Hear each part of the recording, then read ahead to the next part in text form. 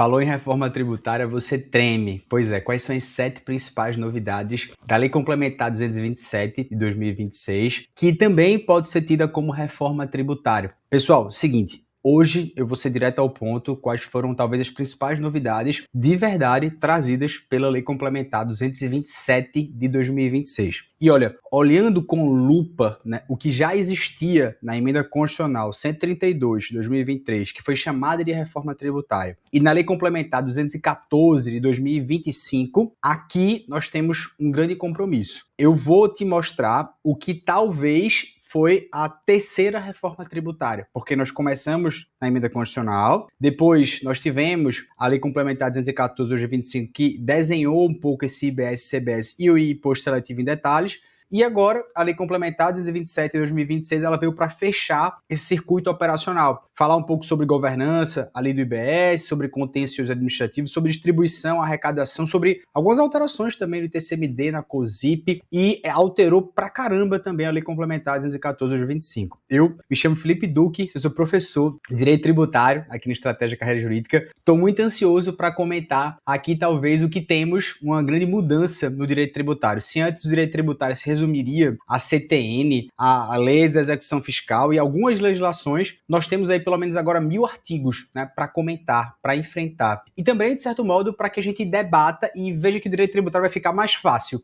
mas não sem complicar um pouquinho antes.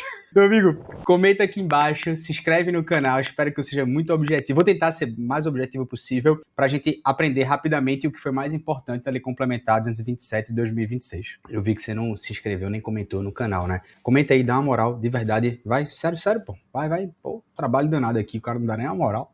A primeira grande novidade, e talvez a mais estruturante, da Lei Complementar 227 de 2026 é instituir o Comitê Gestor do IBS. Essa entidade pública de caráter técnico operacional que tem sim independência técnica, administrativa, orçamentária e financeira. Isso já estava previsto na Emenda Constitucional e também na Lei Complementar 214, mas ela vai um pouco mais além. Além dela fixar o Comitê Gestor do IBS, que ele não fica vinculado, que ele não tem subordinação hierárquica a nenhum órgão da administração, o que isso é essencial para a lógica federativa do IBS. Isso já está direto no artigo 1º, no parágrafo único e também no inciso 2º. Por que isso aqui é importante? Porque antes muita gente discutia quem é que manda de verdade no IBS. Quem é que manda na interpretação e na administração do IBS, que é a soma do ICMS com o ISS. A Lei Complementar 227, ela resolve. O IBS é administrado por competência compartilhada exclusivamente pelo Comitê Gestor, que vai ainda editar um regulamento único e uniformizar toda a interpretação. Isso é no artigo 2º, inciso 1º. A segunda grande novidade é a centralização das competências operacionais. A arrecadação, compensação, as retenções e até como distribui esse dinheiro. Nós tivemos ali de maneira muito clara que esse comitê gestor, ele não é somente consultivo, ele também executa o coração do IBS. No artigo 2º, né, ela vai dizer ali que o Estado, DF e municípios vão exercer exclusivamente por meio do comitê gestor competências como arrecadação, efetuar compensações, realizar retenções previstas e também distribuir o produto aos seus entes. E essa diferença prática ela é enorme porque não é só uma regra tributária, é uma regra de federalismo fiscal operacional. E de quebra, o comitê gestor recebe essas tarefas de coordenação, de cobrança, com prazo e também com fluxo para as procuradorias. Por exemplo, a Lei Complementar 227, ela prevê que esse regulamento único vai fixar um prazo máximo de cobrança administrativa de até 12 meses. E esgotado esse prazo de cobrança, encaminha-se para a Procuradoria. Isso está no artigo 2º, parágrafo 4º e 5º. Ou seja, tente cobrar de maneira administrativa por até 12 meses. Passou esse prazo, manda para as procuradorias para elas cobrarem isso através de inscrição em dívida ativa, por exemplo. Veja que coisa interessantíssima. A terceira grande novidade é do contencioso administrativo, que é modificado, que também traz uma sistemática de precedentes, né? Mostra a vinculação, as súmulas vinculantes, mostra a vinculação no contencioso administrativo para o controle concentrado e também uma certa uniformização. Ou seja, essa terceira novidade, ela fala que o contencioso administrativo do IBS nasce com um desenho que também conversa com o sistema de precedentes. Ou seja, a própria Lei Complementar 227 7 de 2026, ela diz que há uma regra expressa de observância no processo administrativo de todas as súmulas vinculantes das decisões transitadas em julgado do Supremo Tribunal Federal em controle concentrado e entre outros parâmetros. Isso está lá no artigo, eu vou citar aqui para você ver. E além disso, ela vai criar um mecanismo interno de uniformização desse contencioso do IBS e da CBS, ou seja, o texto trata de um incidente de uniformização perante uma Câmara Nacional de Integração do Contencioso Administrativo do IBS e CBS, até com a possibilidade de você fixar ali uma súmula administrativa vinculante no contencioso. Isso é bem importante porque como você está unificando agora a cobrança de todos os estados e de todos os municípios, nós não podemos ter agora um avanço, por exemplo, na União reconhecendo um tema no que tange a CBS e o estado e município não reconhecendo. E também um certo respeito ao sistema de precedente, o que torna, de certo modo, o sistema cada vez mais inteligente e também mais conectado com o próprio sistema de precedentes do Código de Processo Civil. Isso é uma inovação massa. A quarta grande novidade é que houve, através da Lei Complementar 227 de 2026, uma mudança real, inclusive na Lei Complementar 214 de 2025. É isso mesmo. Uma lei de 2026,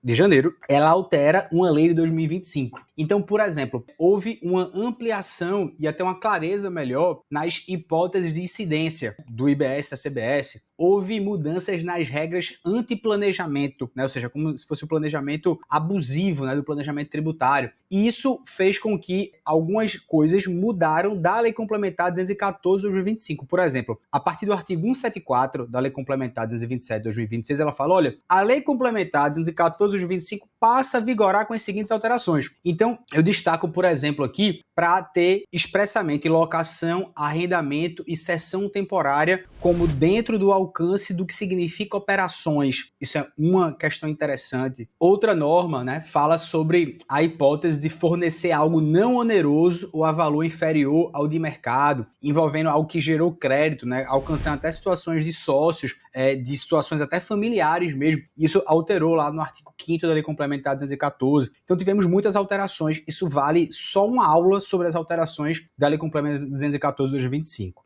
A quinta grande novidade é sobre o Programa Nacional de Conformidade Tributária, né? É PNCT. É como se fosse um programa de autorregularização, de priorizações e até de redução de penalidade. Ou seja, a Lei Complementar 227, ela cria uma cultura de conformidade em nível nacional, tanto para o IBS quanto para o CBS. De novo, né? Isso também entra na Lei Complementar 214, de alterações que ela faz em outras leis também. E lá no seu artigo 471A, dessa Lei Complementar 227, ela fala desse plano geral. Falou, esse plano vai ser de adesão voluntário. Eu vou criar critérios objetivos, né, até num regulamento junto com a Receita Federal. E esse pacote é como se fosse para incentivar as pessoas a estarem regular com o fisco, até prevenir também a fazerem essa autorregularização antes do lançamento, ou seja, denunciação espontânea, e também tratar de maneira diferente os bons pagadores, que é por isso que a gente tem aquela nova lei, né, que foi uma lei complementar, tratando sobre o devedor quanto mais, né? Então isso acaba fazendo com que haja o histórico de cada contribuinte seja válido. E isso, inclusive, você distingua o bom pagador do mau pagador. A sexta grande novidade, e isso foi bem interessante, você percebe que a reforma tributária não é só sobre o consumo, né?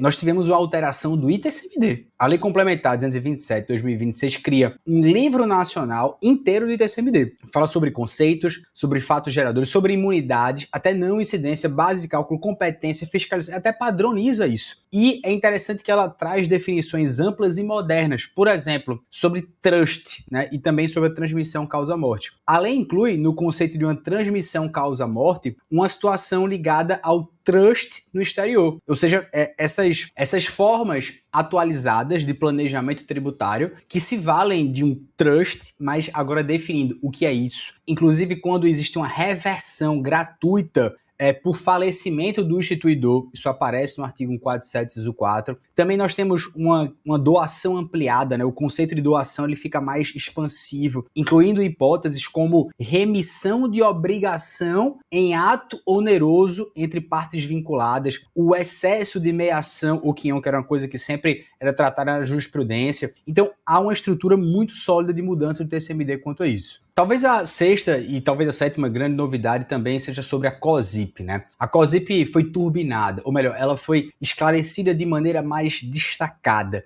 que já foi fruto da emenda constitucional 132 de 2023, mas se muda até o nome. Diz que agora a COSIP realmente ela pode custear o monitoramento para segurança e preservação do logradouro público. E aí ele mexe na COSIP, que era uma contribuição tradicionalmente tida de iluminação pública, e expande o escopo. Ou seja, ele cria tecnicamente, insere no CTN um novo título 5º-A e o artigo 82A, permitindo a contribuição para custear a iluminação pública e também para sistema de monitoramento para segurança e preservação do logradouro público. Aí você vai falar, professor, isso aí já estava na emenda constitucional 132, mas o detalhe não estava. E essa é a sexta modificação e também a sétima. A sexta é que ela define o que é custeio, define o que é expansão, define o que é melhorar a iluminação pública. Isso inclui adquirir, instalar, operar, gerir melhor e até novas tecnologias. E também define o que é custeio, expansão e melhoria do sistema de monitoramento das câmeras. Ou seja, isso inclui cobrar por novas infraestruturas, por meio de transmissão da informação pelo Centro Integrado de Operação e Controle de Prevenção a Desastre. Então imagina aquela cena clássica, né? Que você tá vendo, sei lá, o ano novo na sua cidade, com aquele centro de 500 câmeras e o prefeito lá, o governador, falando sobre, enfim, aquelas câmeras que estão ali atrás, né? Então, isso aqui foi bem alterado, fruto da reforma tributária. Por fim, verdadeiramente a sétima mudança, também tivemos alteração do ITBI na Lei Complementar 227 de 2026. Ela detalha de maneira mais específica o que seria o valor venal como o valor de mercado e também como critérios técnicos para fazer a contestação pelo contribuinte. Ou seja, essa Lei Complementar 227 de 2026, ela define o que é valor venal, né, como o valor pelo qual o bem seria negociado à vista em condições normais de mercado. E fala que esse valor vai ser estimado por critérios técnicos, considerando ao menos um do rol dos parâmetros. Por exemplo, análise de preço de mercado, informação de notário, registradores e agentes financeiros, a localização, o tipo, o padrão, isso está no artigo 38, parágrafo 2º. Só que a administração municipal deve divulgar os critérios e o contribuinte, obviamente, pode contestar uma avaliação que dê contraditório e procedimento específico. Queridos amigos, essas foram as principais modificações da Lei Complementar 227 de 2026. Ela é muito extensa, é sim, mas talvez eu tenha pincelado aqui algumas coisas para te ajudar daqui para frente nos estudos. O que eu posso dizer? Conte comigo. Afinal, direito tributário vai ser mais fácil sim, mas agora vai complicar um pouquinho e eu espero que eu possa te ajudar. Um grande abraço, fica com Deus, comenta se você gostou e vamos lá.